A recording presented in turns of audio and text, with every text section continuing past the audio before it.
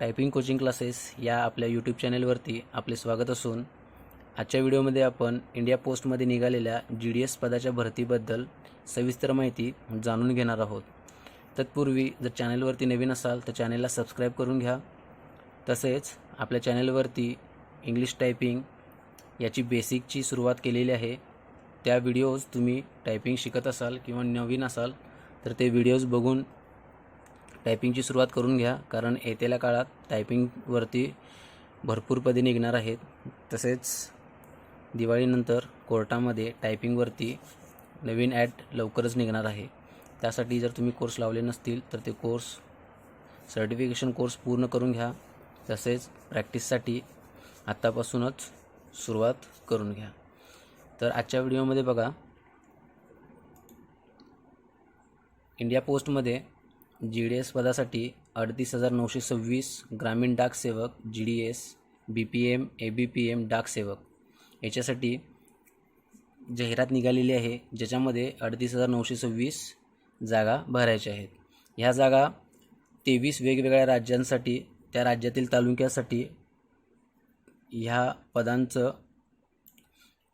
भरती निघलेली आहे। जी भरती फक्त तुमच्या मेरिटवरती तुम्हाला इथं पद मिळू शकतं। जर तुम्ही त्या पदासोबत त्यांनी ज्या काही कंडिशन्स घातलेल्या आहेत त्या जर तुम्ही पूर्ण करत असाल तर तुम्हाला विदाऊट एक्झाम या भरतीसाठी तुम्ही पात्र होऊ शकता। याचा कट ऑफ वगैरे किंवा याची जी लिस्ट लागणार आहे ती तुमच्या 10वीच्या पर्सेंटेजवरती किंवा ग्रेडवरती जे टोटल असेल हायर त्याच्यावरती लागणार आहे। याचं पूर्ण सिलेक्शन विदाऊट परीक्षा असेल। त्यासाठी तुम्हाला हा मोठा चान्स आहे। ज्यांची 10th कंप्लीट आहे, ज्यांना पर्सेंटेज चांगले आहेत, त्यांनी या भरतीसाठी नक्कीच अप्लाय करू शकता। आपण बघू स्टेप बाय स्टेप याच्यामध्ये जे काही त्यांनी माहिती दिलेली आहे ते आपण स्टेप बाय स्टेप बघत जाऊ। बघा, notification for engagement of Gramin डाक सेवक, ठीक आहे। Application are invited from the eligible candidates for engagement of Gramin Dak Sevaks GDS as BPM ABPM Dak Sevak. Application are to be submitted online. याचं जे काही तुम्हाला ॲप्लिकेशन अप्लाय करायचं आहे किंवा फॉर्म फिलअप करायचा आहे तो ऑफलाईन नसून तो फक्त ऑनलाईन पद्धतीने त्यांच्यापर्यंत पोहोचवायचा आहे। त्यांची ऑफिशियल साईट आहे इंडिया पोस्ट GDSonline.gov.in। या साईडवरती जाऊन तुम्ही या पदासाठी अर्ज करू शकता, ठीक आहे। त्याचबरोबर बघा पुढे काय दिले, application submitted through any other mode will not be considered and rejected. म्हणजे तुम्ही ऑनलाईनच्या व्यतिरिक्त बाय हँड तिथं किंवा बाय पोस्ट जर पाठवत असाल तर ते रिजेक्ट करतील, ते अप्लाय करून घेणार नाहीत ते फॉर्म। त्यासाठी तुम्हाला इथे सांगितलेलं आहे ॲनेक्झर 1, ज्याच्यामध्ये पूर्ण त्यांनी माहिती दिलेली आहे। हीच माहिती असेल की तुम्हाला फॉर्म ऑनलाईन भरायचा आहे किंवा तिथं ऑनलाईन पाठवायचं आहे, ठीक आहे। पुढे बघा, engagement schedule is as under. म्हणजेच 2 तारखेला ही भरती स्टार्ट झालेली आहे 2/5/2022ला, आणि याची लास्ट डेट 5/7/2022 आहे। म्हणजे जवळजवळ 1 महिन्याचा कालावधी अजून शिल्लक आहे, ठीक आहे। तुम्ही पण महिना आहे म्हणून अजून थोड्या दिवसानं भरू असं वगैरे काय नका करू। की जेव्हा तुम्ही व्हिडिओ बघाल किंवा तुम्हाला या जाहिराती संदर्भातली जी काही माहिती मिळेल ती माहिती मिळाल्यानंतर व्यवस्थित सगळे डॉक्युमेंट्स वगैरे कलेक्ट करा, ज्या त्याच्या सॉफ्ट कॉपी लागतील। फोटो साईनचं जे मेजरमेंट त्यांनी सांगितलेलं आहे त्याच्यामध्ये तुम्ही ते फोटो आणि साईन स्कॅन करून घ्या आणि ह्या तारखेपूर्वी त्यांना अर्ज ऑनलाईन पाठवून द्या, ठीक आहे। बघा पुढं काय सांगितलेलं आहे,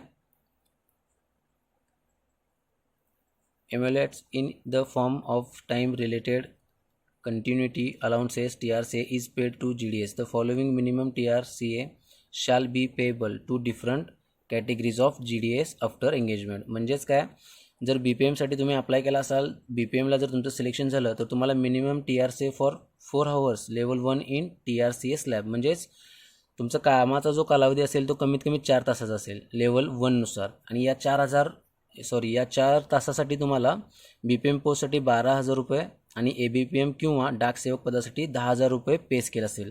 म्हणजेच तुमचं मंथली इन्कम किती असेल, 12,000 BPMसाठी आणि 10,000 ABPM डाक सेवकसाठी। आणि तुमचं कामाचा कालावधी किती असेल, 4 तास। जर तुम्ही या 4 तासापेक्षा एक्स्ट्राचा जरी वर्क केला तर त्याचं तुमचा जो ओव्हरटाईम असेल किंवा त्याचं जे पे असेल ते तुम्हाला वेगळं पे केलं जातं, ठीक आहे। पर तिथं काय दिले बघा, payment of TRC and other allowances to all provided categories of GDS is available on India post under employee corner. जर तुम्हाला याच्याबद्दल डिटेल माहिती बघायची असेल, म्हणजे त्यांचा पे स्केल काय असेल, कामाचं स्वरूप काय असेल, तर तुम्ही त्यांच्या ऑफिशियल साईटवरती जाऊन employee corner, circulars, rules and latest ऑर्डरमध्ये चेक करू शकता. ठीक आहे. तसेच पुढे बघा काय दिले, GDS are holder of a civil post but they are outside of regular civil service of Union of India. त्याचबरोबर आपण काय करणार आहोत, याच्यातील जे महत्त्वाचे भाग आहे, जे आपल्याला फॉर्म भरत असताना लक्षात ठेवून फॉर्म भरावा लागतो, तेच पॉईंट आपण इथं फॉलो करणार आहोत. कारण 19 पानाची PDF आहे, वेळ भरपूर लागू शकतो. आपण जे महत्त्वाचे पॉईंट आहेत, जे आपल्याला लक्षात ठेवून किंवा त्याचं पालन करून फॉर्म भरावं लागेल, त्याच गोष्टी आपण इथं कव्हर करणार आहोत. ठीक आहे. त्यानंतर बघा त्यांनी काय सांगितलं आहे, एलिजिबिलिटी.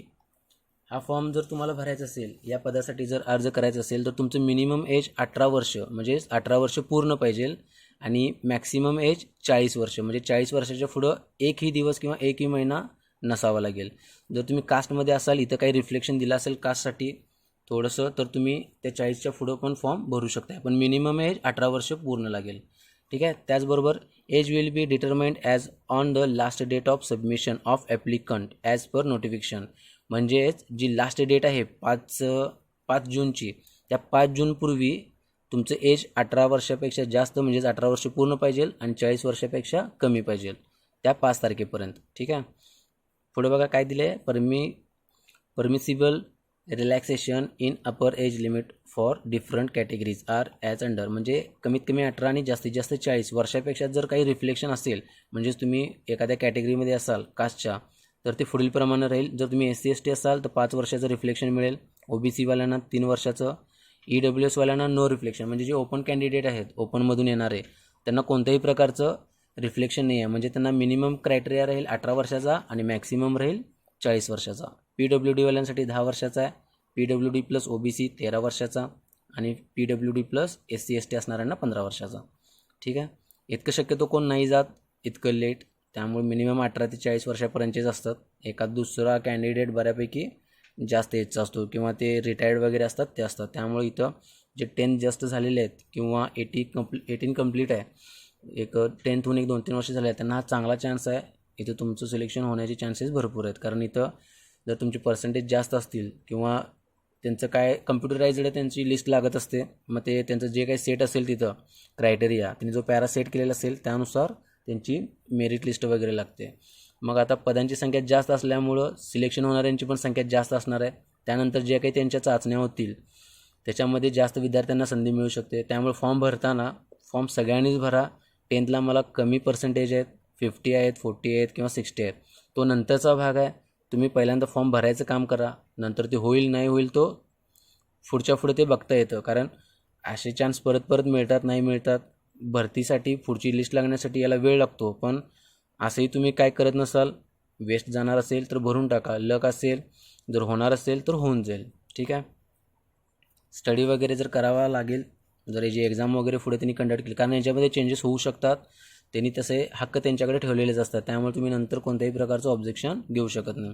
आता तरी फक्त इथे सरळ क्लिअर आहे यांचं की मेरिटप्रमाणे इथं तुमची लिस्ट लागेल, तुमचं सिलेक्शन होईल. ठीक आहे. पुढे बघा नोट 1 सांगितले, there will be no reflection in upper age limit to EWS candidates. म्हणजे जसं तिने इथं सांगितलेलं आहे, EWSवाल्यांना कोणत्याही प्रकारचं रिफ्लेक्शन नाही. तिने इथं नोट 1 करून पुढं आणि सांगितलेलं आहे. ठीक आहे. कोणत्याही प्रकारचं अपर एज लिमिट यांच्यासाठी नाही आहे. SC, ST and OBC shall get 10% reservation in engagement to the GDS post. GDS पोस्टसाठी 10% रिझर्वेशन राहणार आहे SC, ST आणि OBCवाल्यांसाठी. ठीक आहे. त्याचबरोबर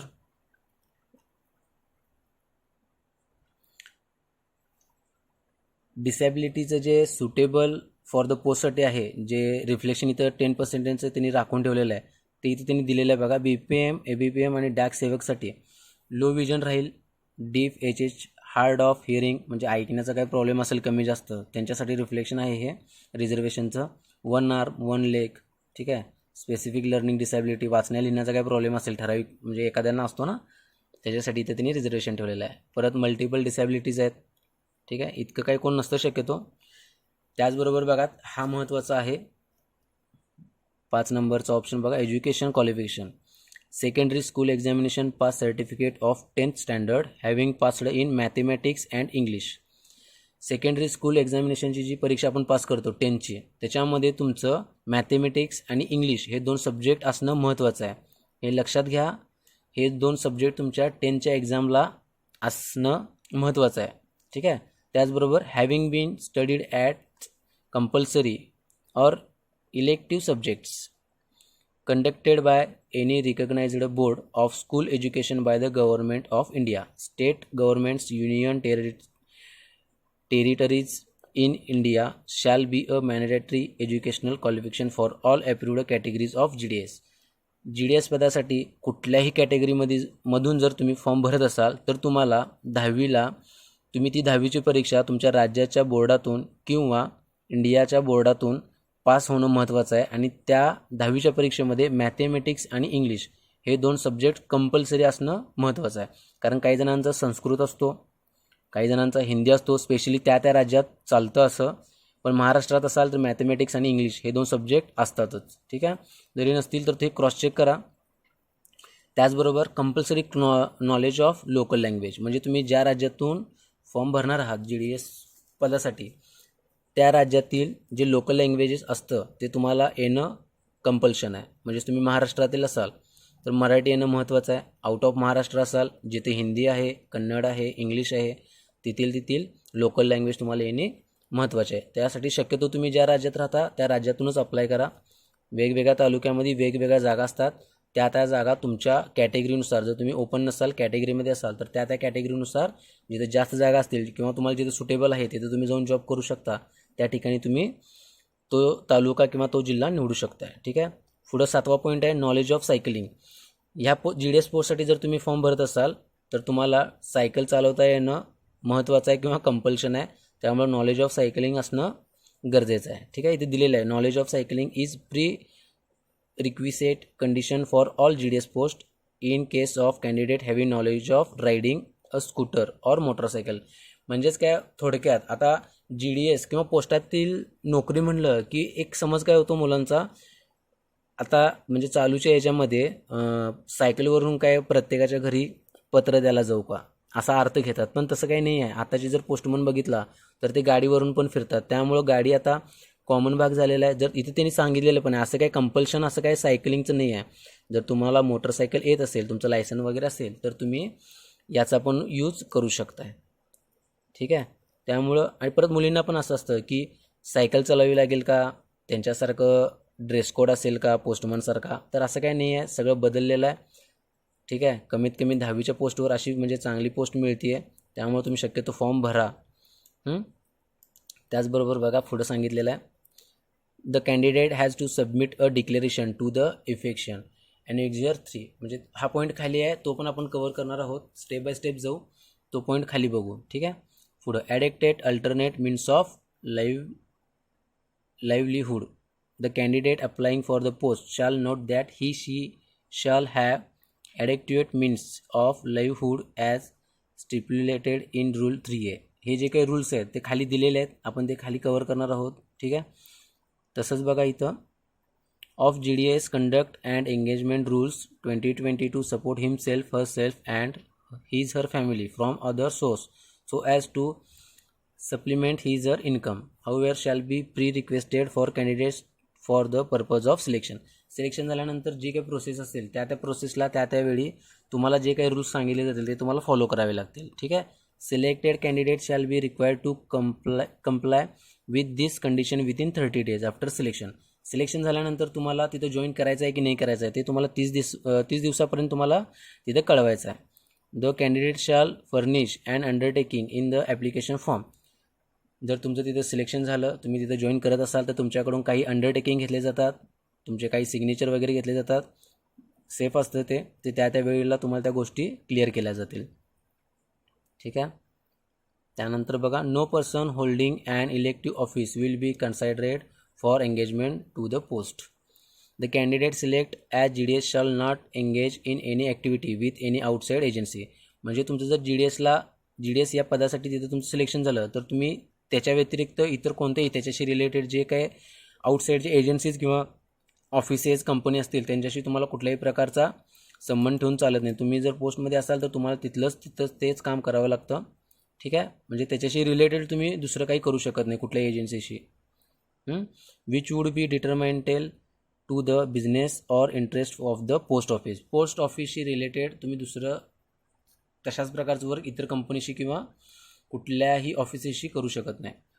past experience or services of any kind will not be considered for selection. बघा, ही एक महत्त्वाची, हा जो 11 नंबरचा पॉईंट आहे हा खूप महत्त्वाचा आहे. आतापर्यंत कसं चालतं भरतीमध्ये, ज्यांना त्या पोस्टशी रिलेटेड एक्सपिरियन्स असतं तर त्या एक्सपिरियन्सवाल्यांना पहिला प्रेफरन्स दिला जातो, आणि जे फ्रेशर्स असतात, नवीन असतात, त्यांना थोडंसं तिथं कमी मिळतं त्या पोस्टशी भरती होण्याचे चान्सेस. इथे त्यांनी सांगितलेलं आहे, जर तुम्हाला काही आता GDS किंवा BPM जे पोस्ट निघलेली आहे त्याच्याबरोबरची, त्या पोस्टसाठी जर तुमचं सिलेक्शन होत असेल, तुमच्यासोबत आणि एखादा कॅन्डिडेट असेल, तोही त्या पोस्टशी आधी वर्क केलेला असेल, एक्सपिरियन्स असेल, तर असं काय नाही होणार की त्याला एक्सपिरियन्स आहे म्हणून त्याला घेतलं जाईल आणि तुम्हाला घेणार नाहीत. दोघांना समान असेल, दोघंही फ्रेशर म्हणून तिथं कन्सिडरेट केले जाल. त्यामुळं ही भरती महत्त्वाची आहे. हां, पुढे दिलेला आहे बघा point, residents and accomplishment for locating branch post office. ज्या ब्रँचसाठी, ज्या हेड ऑफिस, सब ऑफिस किंवा त्यांचं जे वेगवेगळे ऑफिसेस असतील GDS BPMसाठी, GDS जर तुम्ही सिलेक्शन झालेलं असेल तर GDS BPM is required to reside in post village only and ABPMs डाकसेवक्स are required to reside within delivery of the post office consideration. The accomplishment should meet following standards. ठीक आहे, ज्या पोस्टमध्ये किंवा ज्या ऑफिसमध्ये तुम्हाला दिलं जाईल वर्किंगसाठी, त्या पोस्टमध्ये किंवा त्या ऑफिसमध्ये तुम्हाला वर्क करावं लागेल. तिथलं पोस्ट तुम्हाला चेंज करून घेता येणार नाही किंवा तुम्ही डायरेक्टली चेंज करू शकत नाही. जे पहिला तुम्हाला मिळेल, ज्या ब्रँचसाठी तुम्ही अप्लाय करणार आहात, तिथं तुम्हाला वर्क करावं लागेल. त्यानंतर दिलेलं आहे, branch post office may function in a building owned by gram panchayat. जे पोस्ट ऑफिस असेल, जिथे तुमचं काम करायचं असेल, तुमचं वर्क ऑफिस असेल, or central government or by state government such as school or offices or BPMs own house or a proper rented at a busy place in the village gram panchayat building where available is preferred. तुम्हाला राहण्या वगैरेची सोय तिथं होऊ शकते, ते तुम्हाला provide करतील. ठीक आहे, लोकेशन वगैरे तिथं त्यांनी जे सांगतात त्याप्रमाणे तुम्हाला तिथं अप्लाय करायचं आहे. त्याचबरोबर जे आपल्याला फॉर्म भरायचं आहे, ते फॉर्म भरत असताना किंवा ते जे फॉर्म भरल्यानंतर जे तुमचं सिलेक्शन होतं, त्यांचं जे घराचा एरिया वगैरे असेल तो 100 स्क्वेअर फूट असेल, 10x10चा तुमचं राहण्यासाठी. ठीक आहे, त्यानंतर इथे त्यांनी सगळी याची डिटेल दिलेली आहे, जे तुम्हाला राहण्यासाठी त्यांनी प्रोव्हाइड करणार आहेत, रूम वगैरे एकट्यासाठी, त्याची साईज काय असेल, त्याचं स्ट्रक्चर कसं असेल, त्याचा पॉवर सप्लाय कसा असेल. ठीक आहे, परत तिथं जे तुम्ही ज्या ठिकाणी तुमचं वर्किंग प्लेस असेल, तिथलं तुम्हाला मोबाईलसाठी जे काय नेटवर्क वगैरे आहे मोबाईलचं, इथे दिलेलं आहे बघा, एअरटेल, वोडाफोन वगैरे असं वेगवेगळे जे हे आहेत वेगळ्या कंपनीज, त्यांचं तिथं नेटवर्क वगैरे असेल, जेणेकरून तुम्हाला तिथं जे वर्क करायचं आहे तिथं तुम्हाला मोबाईल किंवा जे पोस्टाचे वेगवेगळे ॲप्लिकेशन्स आहेत ते पण तुम्हाला तिथं हँडल करावे लागणार GDS पोस्टमध्ये. त्याच्यासाठी तुम्हाला जे काही तिथं लागेल नेटवर्क वगैरे, तिथं त्याची सुविधा तुम्हाला व्यवस्थित केलेली असते. ठीक आहे, त्याचबरोबर further it is clarified that the candidate who provide the above after selection but before engagement he is engaged at GDS BPM will be entitled for the drawal of composites allowances ₹500 per month. 500 रुपये पर महिन्याचा तुम्हाला त्यांनी allowances देणार आहेत. त्याचबरोबर 250 रुपयाचा equal to that of BPMs who provided non-standard accommodation does not fulfill above standard is treated non-standard accommodation. ठीक आहे, तुम्हाला अलाउन्सेस वगैरे महिन्याची तिथे मिळणार आहेत. त्याच्याबरोबर पुढचा पॉईंट बघा महत्त्वाचा आहे, method of submission of application and fee. Application can be submitted online only at India post GDSonline.gov.in. या त्यांच्या ऑफिशियल साईडवरती जाऊनच तुम्हाला फॉर्म ऑनलाईन भरायचा आहे किंवा जी फी पे करायची आहे ती फी या साईडवरती जाऊनच भरा. फेक साईड वगैरे असतील चेक करा, क्रॉस चेक करा, त्यानंतरच तिथं जे काही पे असेल किंवा फॉर्म भरायचा असेल तो भरा. ही त्यांची ऑफिशियल साईड आहे. या साईडवरती जाऊनच फॉर्म सबमिट करायचा. Application receive through any other mode shall be not entertained. म्हणजेच तुम्ही वेगळ्या जर पद्धतीनं म्हणजे ऑफलाईन किंवा पोस्टामध्ये जाऊन जर ते फॉर्म देत असाल किंवा फीज भरत असाल, ड्राफ्ट काढत असाल इंडिया पोस्टच्या नावानं, तर ते त्यांनी तिथं ॲक्सेप्ट करणार नाहीत. त्यामुळे तुम्ही लक्षात ठेवा, तुम्हाला फक्त फॉर्म ऑनलाईनच भरायचा आहे. त्याची फी त्यांनी 100 रुपये ठेवलेली आहे. Is to be paid by the applicants for all post. म्हणजे प्रत्येक पोस्टासाठी जी पोस्ट निघालेली आहेत त्या प्रत्येक पोस्टसाठी 100 रुपये प्रमाणे तुम्ही अप्लाय करू शकता. However payment of fee is excepted for all female candidates. म्हणजेच 100 रुपयाची जी फी आहे ती फिमेलला नसणार आहे, SC/ST कॅन्डिडेट्सवाल्यांना नसणार आहे. तसंच PWD कॅन्डिडेट्स आणि ट्रान्स वुमन कॅन्डिडेट्ससाठी कुठल्याही प्रकारची फी नाही आहे. म्हणजे हा फॉर्म त्यांनी फ्री ऑफ कॉस्ट भरू शकतात. बघा, एक तर 10th पोस्ट आहे, एक्झाम नाही आहे, मेरिटवरती तुमचं सिलेक्शन होणार आहे. त्याचबरोबर कमीत कमी फी 100 रुपयेच आहे. आणि त्याच्यामध्ये त्यांनी काय केलेलं आहे, female candidates, SC/ST candidates, PWD candidates आणि ट्रान्स वुमन कॅन्डिडेट्ससाठी टोटली फ्री ऑफ कॉस्ट ठेवलेली आहे.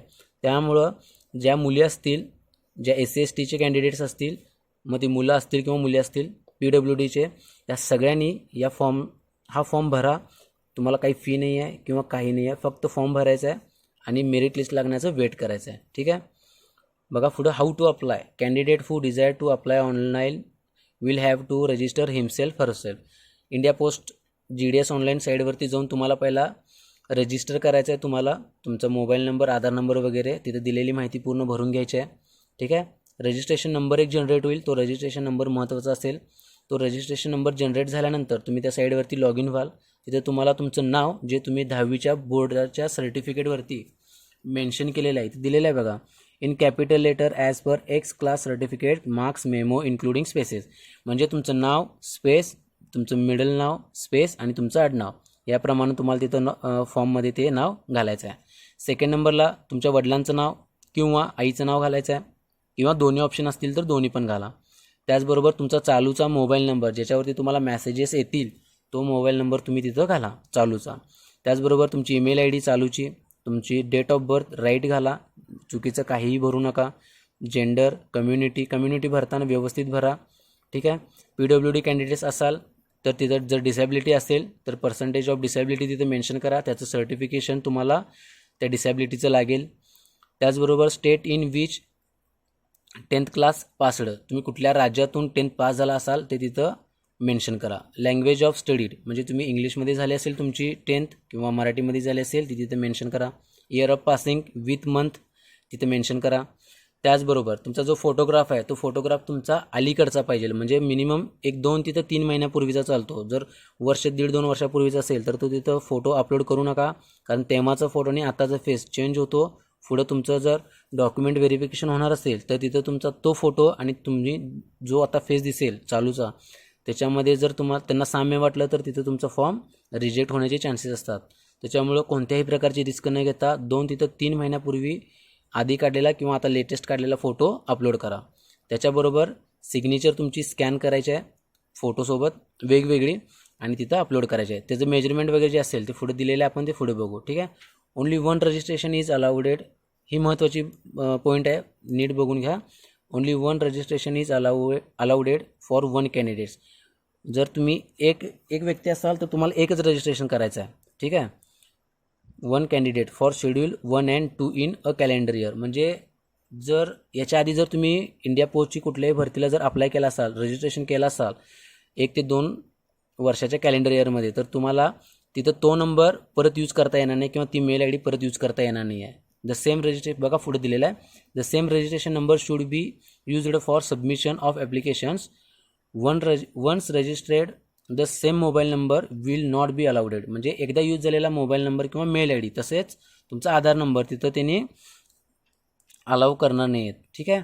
त्यामुळे जर त्या अशा 1-2 वर्षामध्ये जर तुम्ही कुठलेही रजिस्ट्रेशन केलेलं नसेल तर तुमचं त्याच नंबरनी रजिस्टर होऊ शकतं. त्यासाठी त्यांनी फॉरगॉट रजिस्ट्रेशन हा ऑप्शन दिलेला आहे. पुढचा पॉईंट आहे the candidates must have on active email I D and mobile number. बघा इथं पॉईंट हा महत्त्वाचा आहे. तुमचं जो मोबाईल नंबर आहे किंवा ईमेल आय डी आहे ती तुमची ॲक्टिव्ह आणि स्वतःचीच पाहिजे. इथं दुसऱ्याची घालू नका. कुठल्याही इंटरनेट कॅफेवर जात असाल, मेल आय डी नाही आहे तर तिथं काही नेट कॅफेवाले स्वतःचीच ईमेल आय डी घालतात किंवा स्वतःचा मोबाईल नंबर घालतात. अशी चूक करू नका. 2 मिनटं लागत नाहीत एक नवीन ईमेल आय डी क्रिएट करण्यासाठी. तुमच्या नावाची जीमेलची किंवा याहूची कुठल्याही जे तुम्हाला माहीत असेल अवेलेबल असेल ती तुम्ही तिथल्या तिथं क्रिएट करा आणि ती आय डी तुम्ही स्वतः हँडल करून ती तिथं आय डी मेन्शन करा. ठीक आहे. मोबाईल नंबर तुमचा स्वतःचाच तिथं घाला जो चालू असेल. पुढचा पॉईंट बघा selection of division and exercising preferences. पुढे बघा हे महत्त्वाचा पॉईंट आहे. The candidate can select only one division. म्हणजे तुम्ही ज्या पोस्टसाठी अप्लाय करणार आहात डिव्हिजन वाईज तिथं फक्त एकच डिव्हिजन तुम्हाला सिलेक्ट करायचं आहे. For submission of his her कॅन्डिडेचर for all the eligible post. Post वेगवेगळे असतील 2-3 ज्या काही पोस्ट असतील. तुम्हाला कितीही पोस्टला अप्लाय करायचं असेल जर तुम्ही 100 रुपये भरत असाल एका पोस्टला जर तुम्ही 3 पोस्ट केला तर तुम्हाला 3 पोस्टचे 100 असे पोस्टचे 300 रुपये पेड करावे लागतील. पण डिव्हिजन तुम्हाला एकच सिलेक्ट करायचा आहे. ठीक आहे. Of the selected division. एक डिव्हिजनमध्ये तुम्ही मल्टिपल करू शकताय पोस्ट पण डिव्हिजन किती सिलेक्ट कराल एक. नाही तर वेगवेगळ्या 3 पोस्ट आहेत म्हणून वेगवेगळे 3 डिव्हिजन सिलेक्ट करून चालणार नाही. 3 पैकी कुठलंही एक डिव्हिजन 3 किंवा 3 मधल्या कोणत्याही एका पोस्टला तुम्ही सिलेक्ट करू शकताय. The candidate has to validate his details by giving registration number and OTP send to the registered mobile number. तुम्ही सगळी प्रोसेस करत असताना तुम्हाला जे काही OTP येतील त्या तुमच्या चालू मोबाईल नंबरवरतीच येतील. त्यामुळे जो काही तुम्ही मोबाईल नंबर घालताय किंवा इन फ्युचर जे काही मेसेजेस त्यांचे येतील ते तुम्हाला त्याच नंबरवरती येणार आहेत. ठीक आहे. On selecting the division a list of all eligible post. तुम्ही ज्या पोस्टसाठी एलिजिबल आहात ते तुम्हाला त्या डिव्हिजनप्रमाणे तिथे तुम्हाला सांगितलं जाईल. ठीक आहे. बघा त्याचबरोबर त्यांनी पुढं काय सांगितलेलं आहे. इफ अ कॅन्डिडेट एक्झाम्पल दिलेलं आहे. If a candidate post for 5 post with preference. म्हणजे तुम्ही 5 पोस्टसाठी जर अप्लाय करत असाल म्हणजे उदाहरणार्थ बघा आता तुम्ही महाराष्ट्रामध्ये राहता. महाराष्ट्र राज्यामधून तुम्हाला अप्लाय करायचा आहे. मग तुम्हाला एक 5 पोस्टसाठी अप्लाय करायचा आहे महाराष्ट्र राज्यात. तर तुम्ही वेगवेगळं राज्य निवडू शकताय पण त्याचा जो प्रिफरन्स लावत असाल तर तुम्हाला पोस्ट 1, पोस्ट 2, पोस्ट 3, पोस्ट 4 आणि post 5 selected as meritorious in more than 1 post. The first post in the order of preference. तुम्हाला प्रिफरन्स जो मिळेल तो पोस्ट 1 जो सिक्वेन्स लावला आहे तुम्ही त्याच्यानुसारच मिळणार आहे. ठीक आहे. त्याच्यामुळे जे काही तुम्ही प्रिफरन्स लावाल तो तुमच्या सोयीनुसार किंवा त्या जागेनुसार त्या कॅटेगरीमध्ये निघालेल्या टोटल ऑफ नंबर ऑफ पोस्टनुसार तो लावताना व्यवस्थित लावा. खालीवरती किंवा चुकीचं करू नका. एकदा लावलेलं किंवा एकदा सबमिट झालेल्या फॉर्मचा जो सिक्वेन्स असेल पोस्टचा तो नंतर चेंज होत नाही. तुमचा जो सिक्वेन्स चुकला तर तिथं जर समजा जे आपलं तर मेरिट लागणार आहे पर्सेंटेजवरती जर वरती खालती झालं तर तुमचा तो पोस्ट किंवा ती सिलेक्शन केलेला पाथ तो तुमची पोस्ट चुकण्याचा चान्स असतो. त्यामुळे तो पोस्टचा पाथ लावताना काळजीपूर्वक सिक्वेन्स ठेवा. ठीक आहे. पुढं त्यांनी दिलेलं आहे however basing on the merit. जे काही मेरिट लागेल जे काही मेरिट त्यांचं ठरेल the candidate gets choice of post and on offering such post. ज्यावेळेला मेरिट लागेल ज्यावेळी तुम्हाला विचारण्यात येईल तुम्ही कुठल्या पोस्टसाठी चूज करतात किंवा कुठला जॉब तुम्ही कराल तो पूर्णपणे चान्स तुम्हाला दिलेला आहे. ते चॉईस तुमची आहे. ठीक आहे. त्यामुळेच हा सिक्वेन्स लावताना व्यवस्थित लावा. His other preferences will be forfeited for consideration for other preferences. ठीक आहे. त्याचबरोबर procedure of fee payment. Fee कशी भरायची आहे बघा. Applicants excepted category of candidate should pay a fee of ₹100. ठीक आहे. ते भरत असताना तुम्हाला ऑनलाईन भरायचे आहे fee. All recognised credit debit cards and net banking facility UPI can be used for this purpose. म्हणजे फी भरण्यासाठी तुम्ही UPIचा यूज करू शकताय, नेट बँकिंगचा करू शकताय, क्रेडिट डेबिट कार्ड कशाचा यूज करू शकताय. Charges applicable for uses of debit credit cards and net banking as per the rules from time to time will be levied to the candidates. म्हणजे debit credit जर करत असाल पे करत असताना त्याचे काही ठराविक चार्जेस असतात वेगवेगळ्या बँकेचे ते तिथं अप्लाय होतील ते तुम्हालाच भरावे लागतील. ठीक आहे. त्याचबरोबर fee may also be paid at any head post office and in India. म्हणजे तुम्ही जर कुठल्याही पोस्ट ऑफिसमधून जर फी पेड करत असाल तर ती करू शकताय. ठीक आहे. For making the payment of fee the candidate should refer the registration number. फक्त तिथे तुम्हाला रजिस्ट्रेशन नंबर मेन्शन करावा लागेल.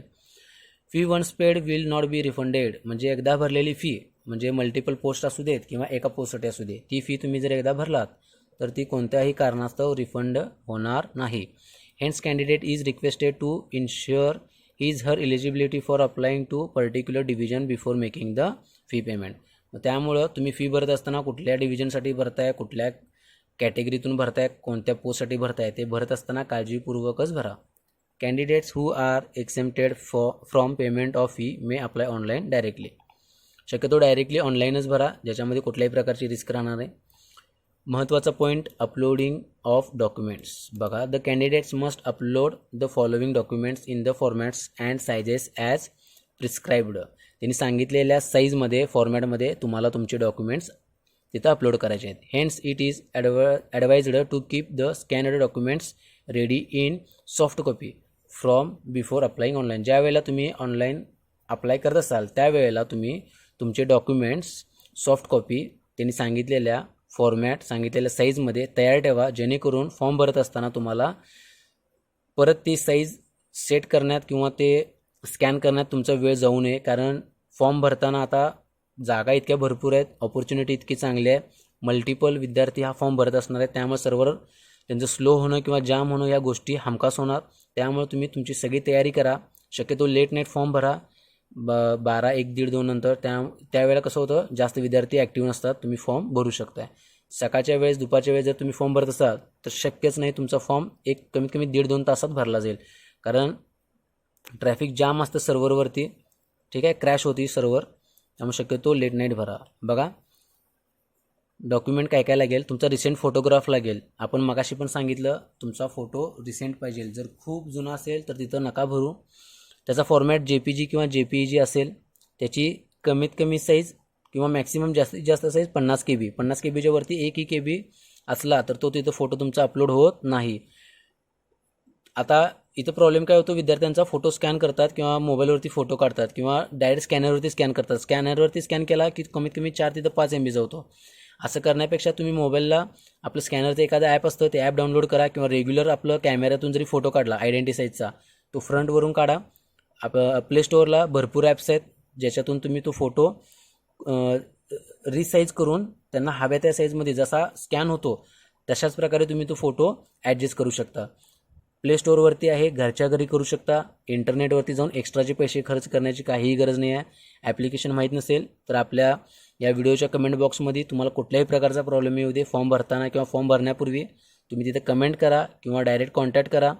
तसा तिथे तुम्ही कमेंट करा, तुम्हाला तिची फॉर्म भरताना काय करावं लागतं, कसं भरायचा फॉर्म याची पूर्ण माहिती पर्सनली दिली जाईल. ठीक आहे. त्याचबरोबर सिग्नेचरचा फॉर्मॅट पण JPG आहे. सिग्नेचरसाठी तुम्हाला त्यांनी जी साईज सांगितलेली आहे ती 20 KB आहे. 20 KBपेक्षा जास्त असून चालत नाही. ठीक आहे. बघा, फोटोसाठी 50 KB आणि सिग्नेचरसाठी 20 KB, या दोन गोष्टी तयार ठेवा. त्याचबरोबर submission of 10th class marks details. Candidate has to submit the details of marks. जे 10वीला तुम्हाला मार्क्स मिळालेले आहेत तिथे तुम्हाला ग्रेड्स आणि त्याचे पॉईंट्स सबमिट करायचे आहेत. ठीक आहे. And undertaking to be submitted candidates and annexure two. Declaration करायचं आहे. ठीक आहे, ते पुढं बघू. ऑपरेट कॉम्प्युटर डेस्कटॉप, म्हणजे जिथे तुम्हाला ज्यावेळी तुम्ही तिथे तुमचं पोस्टिंग होईल, तुम्हाला बघा काय काय नॉलेज पाहिजे. टू ऑपरेट कम्प्युटर, तुम्हाला कॉम्प्युटर ऑपरेट करता येणं हे महत्त्वाचं आहे. कॉम्प्युटर ऑपरेटर करता आला पाहिजे. डेस्कटॉप, लॅपटॉप, POS, मोबाईल, त्यांचे जे काही मोबाईल किंवा लॅपटॉप कम्प्युटरवरती जे त्यांचे ॲप्लिकेशन असतील किंवा जे काही कामं असतील ते तुम्हाला ऑपरेटर करता आले पाहिजेत. To work on the departmental software, त्या डिपार्टमेंटचे जे काही सॉफ्टवेअर असतील ते तुम्हाला हँडल करता आले पाहिजेत. बघा, आता जे आपल्या पोस्ट निघालेले आहेत त्या पोस्टचं ॲक्च्युअल वर्क काय आहे, त्याची जॉब प्रोफाईल काय आहे ती बघून घेऊ आत्ता. बघा, पहिली पोस्ट आहे ब्रँच पोस्ट मास्टर, म्हणजेच BPM, branch post master. The job profile of branch post master will include carrying out transaction online offline. ठीक आहे, जे काही ट्रान्झॅक्शन असतील ऑनलाईन ऑफलाईन ते तुम्हाला कॅरी करता आले पाहिजेत त्या पोस्ट ऑफिसमध्ये. तसंच India post payments IPPB using the hand held device, mobile device, smartphone, म्हणजे मोबाईलवरती किंवा स्मार्टफोनवरती हे जे त्यांचे सॉफ्टवेअर आहेत ते तुम्हाला हँडल करता यायला पाहिजेत. त्याचसोबत marketing of postal products and services, पोस्टाच्या ज्या काही योजना निघतील, जे काही त्यांचे वाउचर असतील त्याची तुम्हाला मार्केटिंग करता आली पाहिजे. असं काही जास्त वर्कलोड नसतो, ठराविक वेळेत मंथली निघत असतं. ते तुम्हाला तिथं तुम्ही ज्यावेळी वर्क कराल, जर सिलेक्शन झालं तर तुम्हाला ते तिथं व्यवस्थित शिकवलं किंवा सांगितलं जातं. ठीक आहे. India post payments bank services, various services provided by customer service द्यावी लागेल तुम्हाला. इथे दिलेलं आहे बघा. This would include organizing meals and door to door canvassing for business recruitments and popularizing schemes of government. ज्या गव्हर्नमेंटच्या पोस्टाच्या ज्या काही स्कीम्स निघतील त्या तुम्हाला डोअर टू डोअर जाऊन त्यांना कॅनव्हासिंग करावे लागेल, किंवा बिझनेस रिक्रुटमेंट असतील ते तिथे तुम्हाला पोचवावे लागतील किंवा सांगावे लागतील. Maintenance of records, upkeeping and handle device mobile. तिथं काम करत असताना जे काही त्यांचे रेकॉर्ड्स असतील ते तुम्हाला मेंटेन ठेवावे लागतील. मग ते मोबाईलचे असतील, डिव्हाइसचे असतील, स्मार्टफोनचे असतील किंवा फाईली असतील, ते तुम्हाला मेंटेन ठेवावं लागेल. त्याचबरोबर branch postmaster has the overall responsibility of smooth and timely functioning of post office including mail conveyance and mail delivery करावी लागेल तुम्हाला. ठीक आहे. त्याचबरोबर ड्युटीज ज्या असतील, combined duties ABPMs as and when ordered, त्या तुम्हाला ऐकाव्या लागतील. आणि लास्टचा पॉईंट आहे, any other work assigned by superiors like IPO, ASPO, SPOS, SSPO it's, यांच्याकडून ज्या काही तुम्हाला सूचना येतील त्या तुम्हाला पाळाव्या लागतील. पुढची post assistant branch postmaster ABPM. ठीक आहे. त्याच्यामध्ये बघा, सेल ऑफ स्टॅम्प्स स्टेशनरी, म्हणजे जर पोस्टामध्ये कधी गेला असाल तर तिथे तुम्ही बघितलं असेल, जे स्टॅम्प्सचे तिकीट वगैरे आपण घेतो तिथं एक व्यक्ती बसलेला असतो. तो जे काम करतो तेच तुम्हाला काम करायचं असतं. ठीक आहे. त्याचं स्वरूप त्यांनी इथे सांगितलेलं आहे. Delivery of male at door step, deposits, payments, other transaction of IPPB असं आहे. Second, assisting branch postmaster in counter duties ज्या असतील ब्रँच पोस्टमास्टरच्या, त्या तुम्हाला असिस्ट करावे लागतील. ठीक आहे. याच्यामध्ये पण तुम्हाला मोबाईल वगैरे वापरता आला पाहिजे, मार्केटिंग करता आलं पाहिजे. ठीक आहे. कस्टमर सर्व्हिस देता आली पाहिजे. त्याचबरोबर डोअर टू डोअर जाऊन तुम्हाला कॅनव्हासिंग बिझनेस रिक्रुटमेंट्स स्कीम्स करावे लागतील गव्हर्नमेंटच्या. ठीक आहे. ABPM will also be required to do combined duty of BPMच्या ज्या ड्युटी आहेत त्या कंबाईन असतील तुम्हाला त्याच्यासोबत. एनी अदर वर्क असाइन्ड, ह्या व्यक्ती ज्या तुम्हाला असाइन करतील वर्क तेही तुम्हाला त्याच्यासोबत करावं लागेल. काम फक्त जास्त दिसते पण इतकं काही विशेष लोड नसतो. त्या ठिकाणी ते काम करताना तुम्हाला ते एकदा कामाचं स्वरूप समजलं की ते काम तुमचं व्यवस्थितच होतं. ठीक आहे. तिसरी महत्त्वाचं, डाकसेवक, ज्याच्यासाठी इतकी मोठी भरती निघलेली आहे, ते main post dak sevak will be engaged in departmental offices, sub post offices. मग ते डिपार्टमेंटचं मेन ऑफिस असेल किंवा सब ऑफिस असेल, दोन्ही ठिकाणी तुम्हाला वर्क असेल. एका वेळेला एका ठिकाणीच असतं, फक्त अल्टरनेट चेंज होत राहतं. The job profile of dak sevak will be include, बघा इथं sale of stamp stationery, same ABM वाल्यासारखं इथे जे आपण बघितलं ABPM त्याच्यासारखंच. ठीक आहे. Sale of stamp stationery, sub postmaster किंवा पोस्टमास्टर जे सांगेल असाइन ड्युटी करेल ते पण करावं लागेल.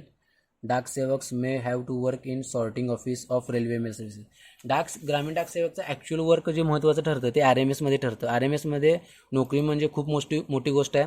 रेल्वे मेल सर्व्हिसमध्ये बघा, या पोस्टसाठी शक्यतो जास्त फॉर्म येण्याचे चान्सेस आहेत, कारण ही पोस्ट महत्त्वाची आहे. डाकसेवक्स in mail office business offices, dispatching of mail bag dispatch करावे लागतील तुम्हाला. ठीक आहे. Selection criteria, communication of selection, बघा हे महत्त्वाचं आहे, बघून घेऊ. Selection will be made as per the system generated, point बघून घ्या.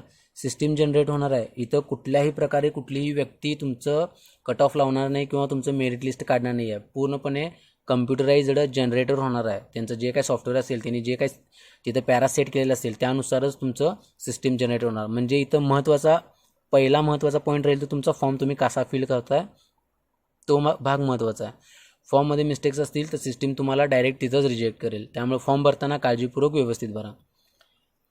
Merit list based on the merit position of the candidate and the preference of post, तुमचं जे काही तुम्ही प्रेफरन्स दिला आहे पोस्टचा त्यानुसार तुमचं जनरेट होणार आहे merit. This shall be subject to fulfilling of eligibility criteria as per the rules.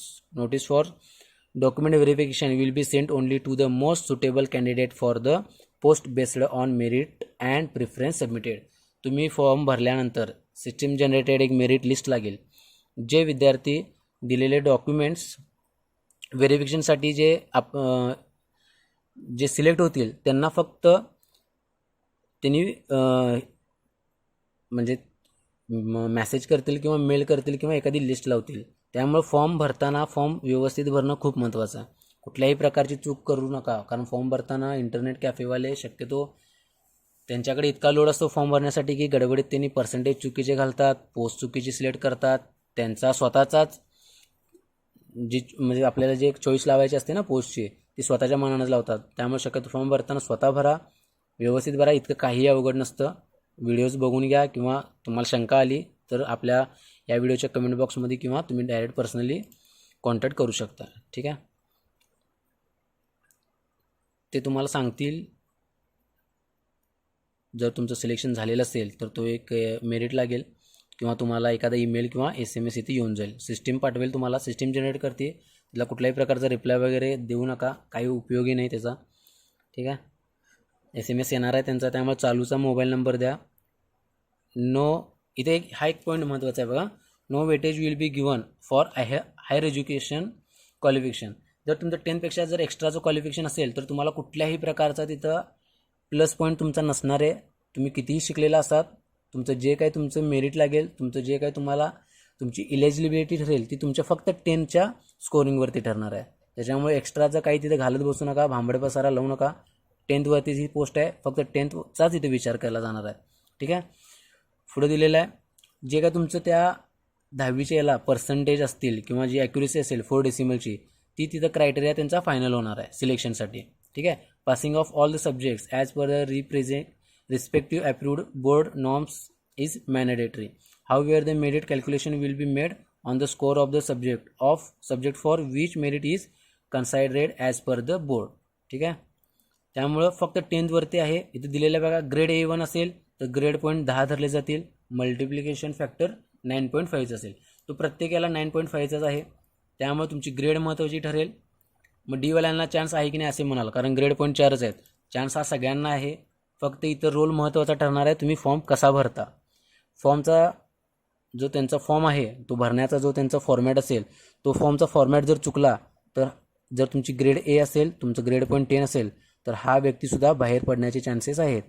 जर हा व्यक्ती फॉर्म व्यवस्थित भरत असेल, ग्रेड पॉईंट इतके कमी आहेत तरी याला चान्स याच्या इतकाच राहील. त्यामुळं जरी मेरिटवरती असेल, तुम्ही म्हणाल आता कोरोनाच्या बॅचेस ज्याच्यामध्ये 90% अबोव सगळ्यांनी स्कोर घेतलेला आहे, ठीक आहे, काही प्रॉब्लेम नाही. त्यांचं इयर तिथं मेन्शन असतं, जे कोरोनाच्या आधी पास झालेले आहेत त्यांचं इयर तिथं मेन्शन असतं. त्यांनी वरती सांगितलेलंच आहे, तुम्ही जो फॉर्म भरणार आहात तो फॉर्मचा जो फॉर्मॅट आहे तो महत्त्वाचा ठरणार आहे. त्यामुळे इयर तिथं मेन्शन असतं. आपण सांगताना सांगितलं की तिथे इयरसोबत तुम्ही तुमचं मंथ पण तिथं मेन्शन करा.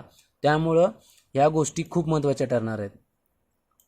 त्याचबरोबर तुमचा फॉर्म भरण्याचा जो सिक्वेन्स असेल, जो फॉर्मॅट तुम्ही व्यवस्थित भराल तो तिथं महत्त्वाचा ठरणार आहे. बघा इथे दिलेला in case of the marks list containing grades points marks will be reckon by taking conversation 9.5 against the maximum points or grade as 100. ठीक आहे, CGPA वगैरे तर महत्त्वाचा ठरणार आहे. फॉर्म व्यवस्थित भरा. Mark list have to apply this marks only in case candidates gets the same marks. जर बघा 2 व्यक्ती किंवा एकापेक्षा जास्त व्यक्तींचे मार्क्स, विद्यार्थ्यांचे मार्क्स सेम आले तर the merit order would be taken as DOB. म्हणजे जे हायर एजचे असतील, बघा इथे आता एजचा फॅक्टर इथं काम करतोय की ज्यांचे हायर एज आहे त्यांना पहिला प्रेफरन्स दिला जाईल. त्यानंतर STवाले जे ट्रान्स वुमन असतील त्यांचा प्रेफरन्स असेल. त्यांच्यानंतर ST female, SC trans woman, SC female. त्यानंतर OBC trans woman, OBC female, EWS female. त्यानंतर URला trans woman, UR female, ST male, SC male, OBC trans male, OBC male, EWS trans male, EWS male, UR शेवटी UR male. म्हणजे जर पहिली गोष्ट direct जी cut off लागेल, जी merit निघेल त्याच्यामध्ये सिलेक्ट तर होतीलच, पण जे सेम स्कोरिंगचे असतील त्यांच्यासाठी हा सिक्वेन्स राहील. ठीक आहे, प्रत्येकासाठी हा डायरेक्ट अप्लाय होणार नाही. जिथं सेम मार्क्स असतील शेवटला तिथं ही पद्धतीने अप्लाय करणार आहेत. ठीक आहे. त्यानंतर त्यांनी जे इम्पॉर्टंट इन्स्ट्रक्शन वगैरे दिलेले आहेत तेच आहेत पॉईंट्स. SMS वगैरे येईल, ईमेल येईल, नंबर वगैरे तुमचा चालू ठेवा. ॲनेक्स जर दिलेले आहेत तुम्हाला ग्रामीण डाक सेवेसाठी ज्यावेळी तुम्ही सिक्वेन्स देणार आहात तो या पद्धतीने द्यायचा आहे. ऑनलाईन फॉर्म भरायचा आहे, कम्युनिटी वगैरे असेल तिथं रिफ्लेक्शन द्यायचं आहे, नंबर ऑफ पोस्ट येतील, हे त्यांच्या ऑफिससाठी असते, ऑफिस वर्कसाठी. त्यामुळे इथं आपला काही भरण्याचा प्रश्न येत नाही. अंडरटेकिंग असतं ते नंतर ज्यावेळेला तुम्हाला डॉक्युमेंट व्हेरिफिकेशनसाठी बोलवतील त्यावेळी हे अंडरटेकिंग द्यायचं असतं. ठीक आहे. सिग्नेचर वगैरे इथं करायची आहे सगळी, ती नंतरचा भाग आहे, तो तुम्हाला वेळच्या वेळी सांगितलं जाईल. ठीक आहे. मोटर बाईक वगैरे असेल तर इथं डिक्लेरेशन द्यावं लागतं तुम्हाला. ठीक आहे. आता ह्या पोस्ट ज्या निघलेल्या आहेत त्यांच्या ऑफिशियल साईडवरती जाऊन आपण एकदा चेक करू.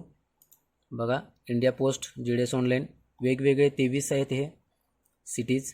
ठीक आहे. या 23 राज्यांच्या अंडर ही मोठी भरती निघलेली आहे. ठीक आहे. या व्हिडिओमध्ये आपण इतकी इन्फॉर्मेशन प्रोव्हाइड करतोय.